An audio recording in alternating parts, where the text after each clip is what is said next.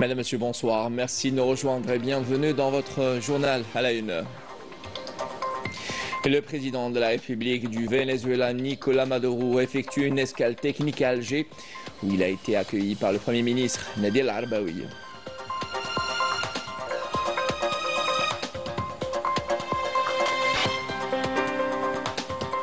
Et lancement d'un nouveau pont aérien pour transporter les équipements et le matériel destinés à la réalisation des 5 grandes stations de dessalement d'eau de mer.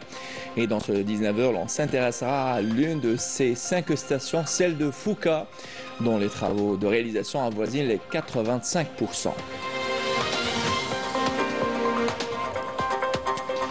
Et le génocide sioniste se poursuit contre les Palestiniens qui continuent à compter leurs martyrs. Et depuis New York, l'Algérie exhorte la communauté internationale à agir pour protéger les personnes les plus vulnérables à Gaza, réitérant son appel à un cessez-le-feu immédiat et permanent dans l'enclave palestinienne et au Liban. Et des militants sahraouis ont organisé des manifestations populaires dans la ville occupée de Dakhla, dénonçant la situation intenable occasionnée par l'occupation marocaine. Et le Rif n'est pas en reste où le Merzen exerce sa politique répressive et arbitraire contre les Rifins qui appellent à la liberté du Rif en organisant notamment plusieurs rassemblements en Europe pour dénoncer également les agissements du Merzen.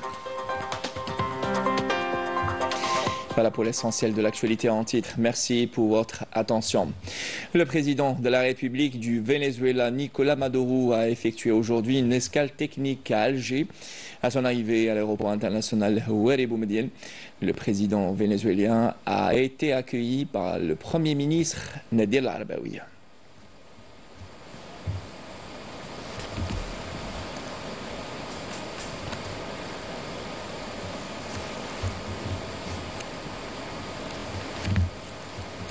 Et dans le reste de l'actualité, en concrétisation du programme du président de la République, Abdelmadjid Tebboune, visant à renforcer la sécurité hydrique en Algérie, à travers le dessalement d'eau de mer, à travers la réalisation de 5 grandes stations de dessalement d'eau de mer. Le groupe Sonatrach a procédé aujourd'hui au lancement d'un nouveau pont aérien pour transporter les équipements et le matériel destinés à ces projets. Nous dit Enis Aïd Belrasm. Afin de maintenir la cadence des travaux des 5 grandes stations de dessalement d'eau de mer en Algérie, une nouvelle étape vient d'être franchie avec l'arrivée d'une nouvelle cargaison d'équipements mobiles à l'aéroport international Houari Boumediene. Des équipements destinés au projet de réalisation de la station de dessalement d'El Taraf. Les 79 tonnes d'équipements réceptionnés comprennent des variateurs de vitesse de moteur pour les stations de dessalement de moyenne tension provenant directement de Chine via un pont aérien utilisant les plus gros avions de fret commercial au monde.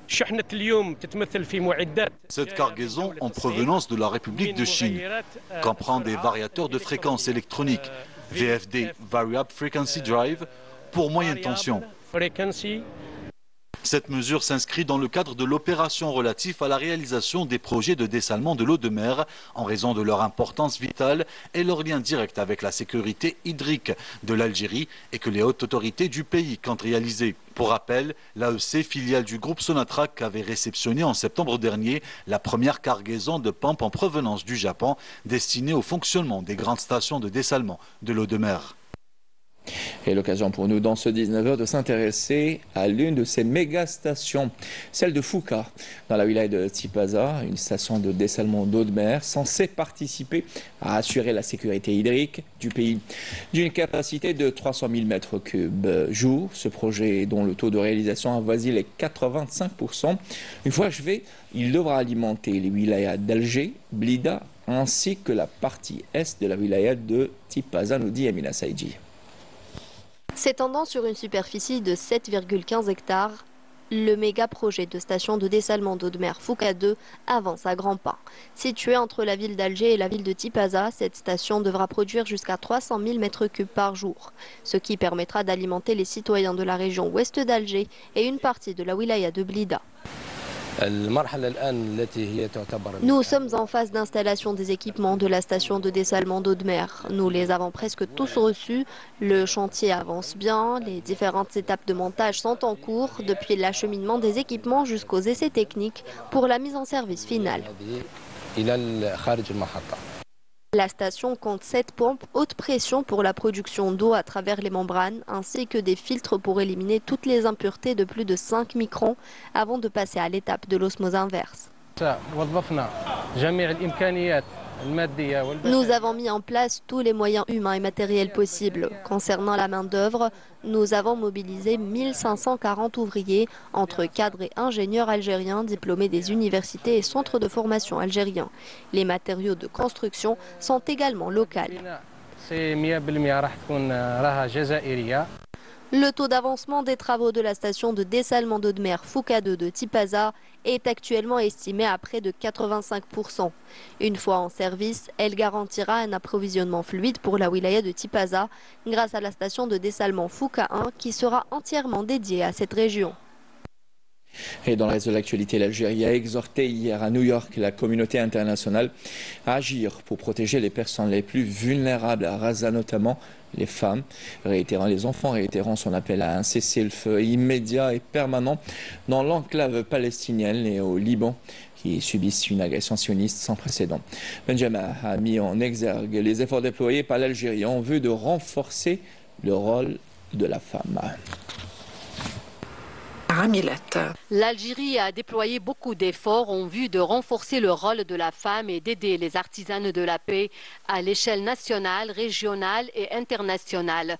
Dans le cadre de notre engagement à appliquer la décision 1325, l'Algérie a adopté un plan d'action national en juillet 2023 avec comme principal objectif et à la tête des priorités, améliorer la participation de la femme. Et puis le génocide sioniste se poursuit contre les Palestiniens qui continuent à compter leurs martyrs. Des civils innocents victimes de bombardements intenses de l'armée sioniste. Et ce malgré les appels de la communauté internationale à cesser le feu urgent. Commentaire Yasmine Moussouadi. Depuis près de 20 jours, les bombardements incessants frappent le nord du territoire assiégé, infligeant de lourdes pertes civiles.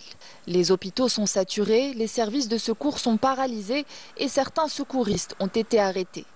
À Djabalia, la situation est désastreuse. Près de 800 personnes sont tombées en martyrs et plus d'1 millier ont été blessés.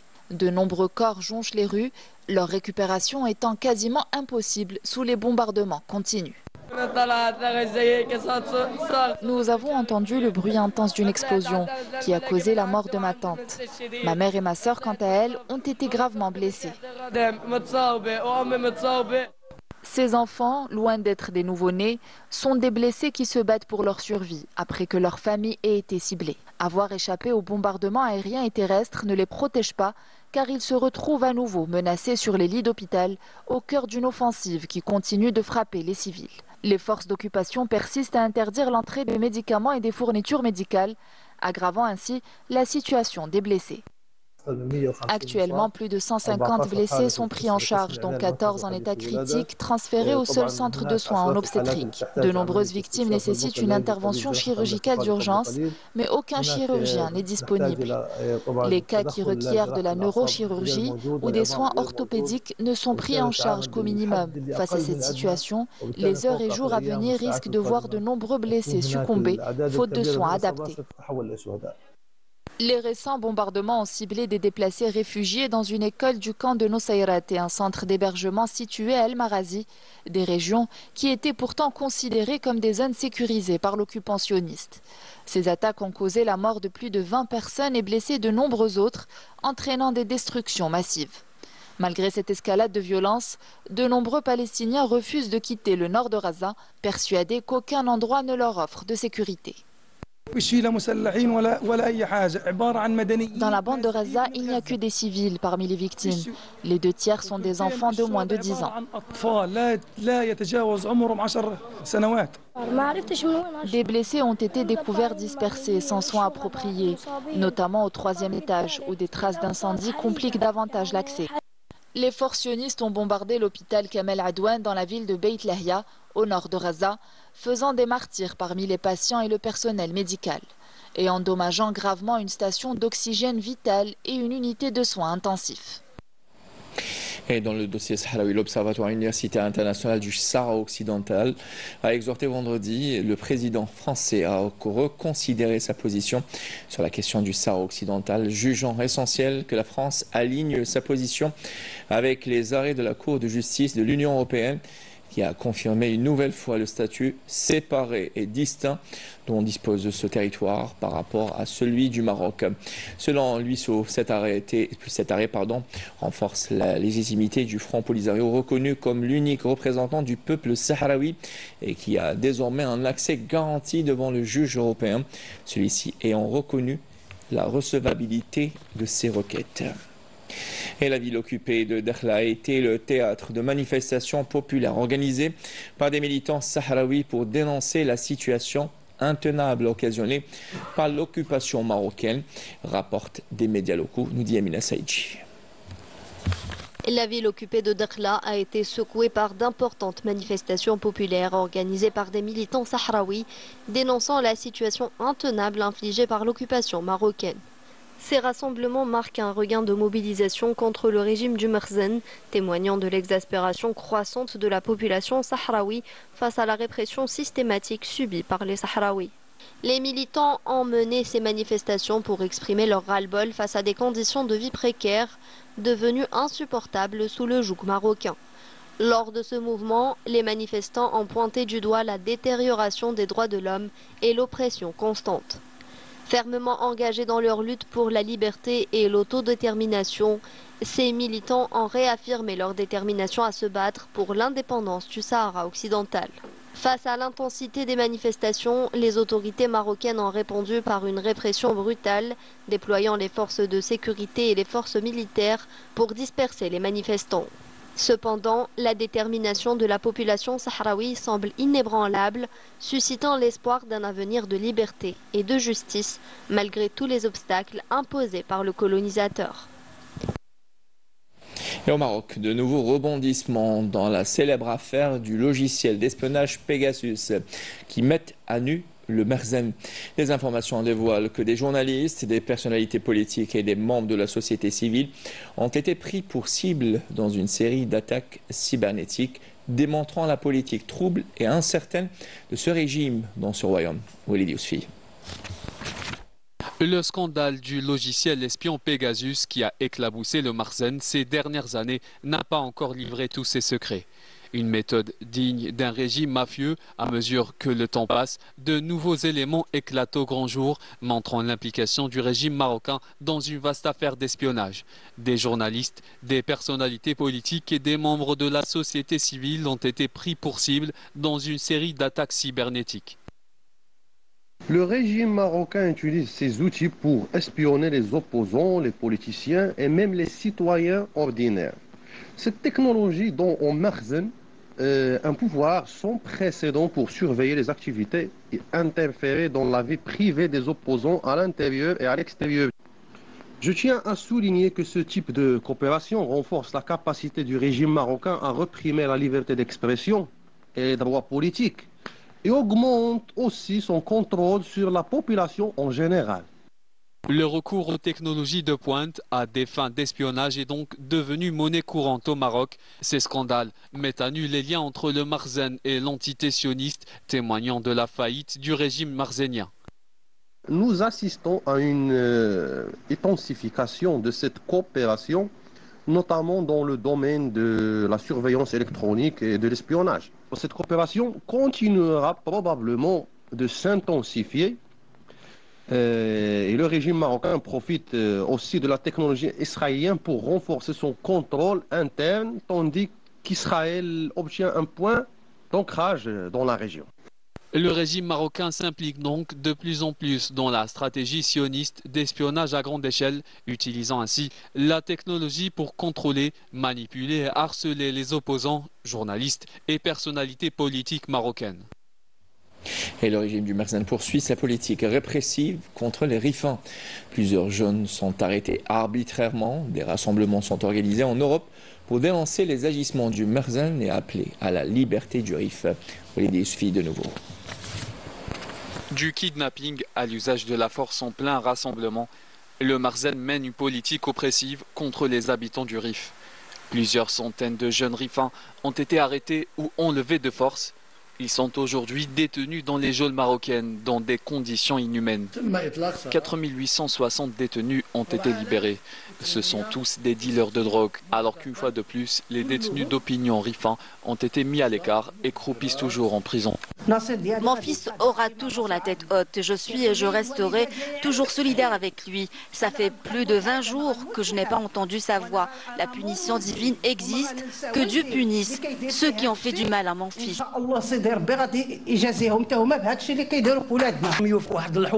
Il a été jeté dans un cachot à Ras El-Ma, sombre et sans aération. On lui a enlevé tous ses vêtements.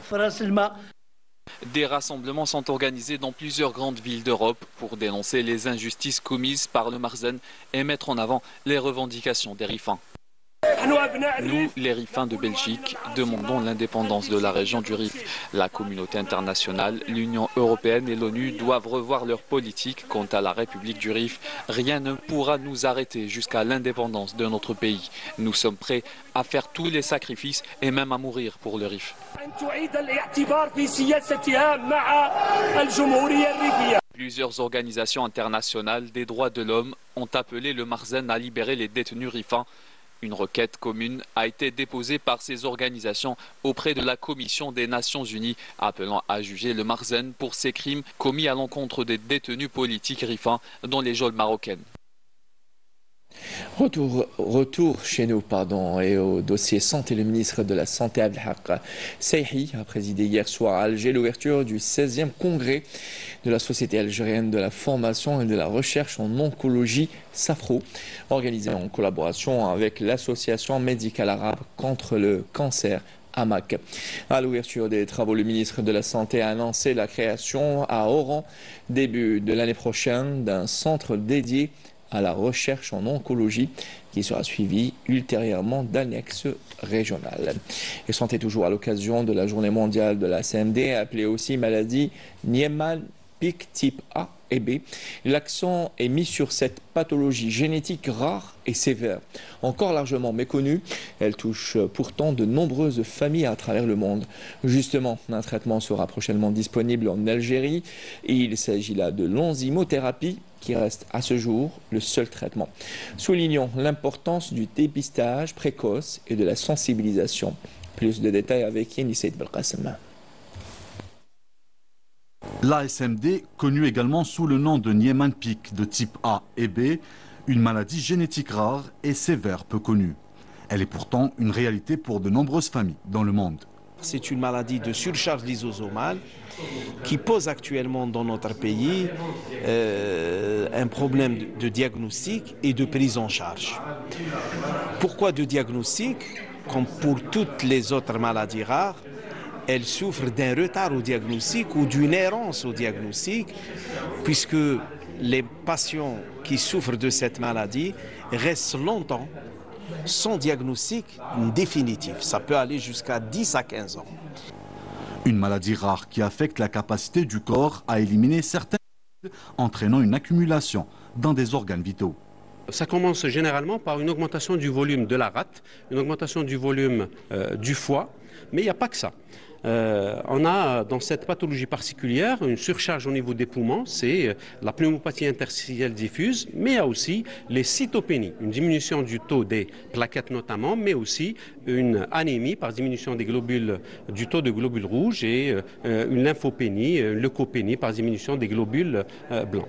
À côté de ces symptômes, il y a aussi, et c'est très important, l'atteinte osseuse avec des douleurs osseuses, avec des fractures osseuses pathologiques. Et lorsqu'on fait des examens, on retrouve une ostéoporose et une ostéopénie importante à un âge jeune. À l'échelle mondiale, des chercheurs tentent de développer des traitements. Pour l'instant, le seul traitement qui existe s'appelle l'enzymothérapie. Depuis 2 ans, il y a une molécule qui est disponible et qui permet de réduire et de stabiliser les lésions déjà existantes. Alors cette molécule est toute jeune, donc pour le moment on a des preuves qu'elle fonctionne sur l'atteinte pulmonaire, qui est source d'insuffisance respiratoire chronique, donc elle permet d'éviter cette insuffisance respiratoire chronique qui peut être létale avec le temps. Mais aujourd'hui, Elle a été enregistrée dans notre pays, elle a obtenu l'autorisation de mise sur le marché. Lors de cette journée, les spécialistes de la santé rappellent l'importance du dépistage précoce et de la formation professionnelle. Comment lutter contre ce retard diagnostique, cette errance diagnostique? C'est par la formation médicale initiale, mais aussi la formation médicale continue.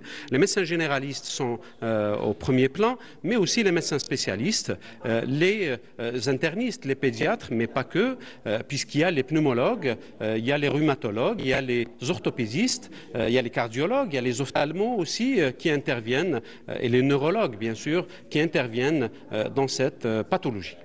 Aujourd'hui en Algérie, il est primordial de sensibiliser le corps médical quant au danger de cette maladie rare.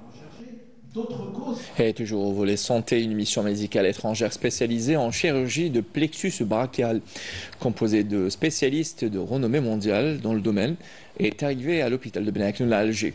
Dans le cadre d'échanges d'expériences avec leurs confrères algériens et l'occasion de programmer une dizaine d'enfants souffrant de plexus brachial pour les opérer.